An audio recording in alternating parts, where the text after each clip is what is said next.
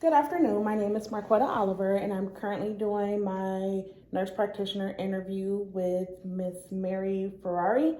And we'll get started. Mary, if you can tell me a little bit about yourself. So I have been in the healthcare for going on 22 years. I started young as a teenager as a STNA. First I was volunteer, then I was an STNA.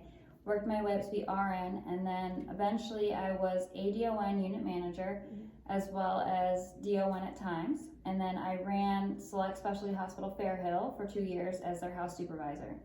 While I was going through nurse practitioner school and before I became an actual nurse practitioner. And I've been running the Ohio post-acute care program with U.S. Acute Care Solutions for 2 years now. Awesome. Can you describe your advanced practitioner license influence in today's healthcare system? If so, how? And if so, why not? So I work as what a lot of people call as a SNFist, and we really don't like that term. I work as a hospitalist that provides the bridge between hospital medicine and primary care medicine in a long-term care nursing home setting. So my unique ability to use my APRN license is I'm a primary care provider as well as a hospitalist to prevent people from going out to the hospital, as well as providing their, primary care, routine annual exams, vaccinations, and access to healthcare that they may not have because they're in a long-term care setting. Unfortunately, once you go into a nursing home, your primary care doctor that you had for 30 some odd years doesn't follow you anymore. So that's how NPs are really beneficial, especially in the nursing home setting, because they don't always have access to good quality care. Mm-hmm. Okay. Describe your APRN position, including the specialty. So my position in the company is I'm the lead nurse practitioner, which means not only am I an actual provider for several different residents and patients in the facility, I see both long-term and short-term care people, but I'm also a manager of other advanced practice providers within my company as well. So if there's a clinical issue that they need, help with, I'm their sounding board, as well as if there's a problem that they have management-wise within the building, I can help step in as a third-party person that is not going to have any, concerns of retaliation on them. So, what are some of the barriers that APRNs face in today's healthcare industry? So the biggest barrier, I think, is that we don't have independent practice. We have a collaborative agreement with a lot of physicians, and sometimes physicians are stuck in the old ways where they won't sign a collaborative agreement with an APRN because they don't feel we have the education or the skills needed to actually practice medicine.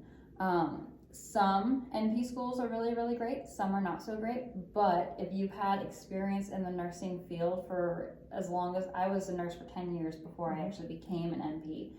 So that experience helped me with learning the NP role. And I went to Ohio University, so we had really good education. So as long as you have a good, strong foundation, you're obviously going to succeed, but we just have to get the doctors to understand that we do have the education, we have the skills, and we also have the ability to see more patients that they may not be able to.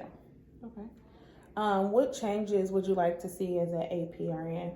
I would love to see us go into an independent practice as APRNs, because as much as it's nice to have that doctor, to collaborate with, you can build those relationships outside of your own collaborative agreement.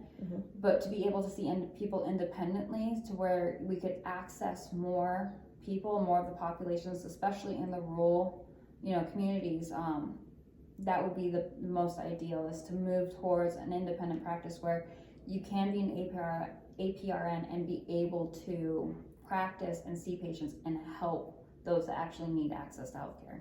Okay. Do you see that in the near future? I'm hoping.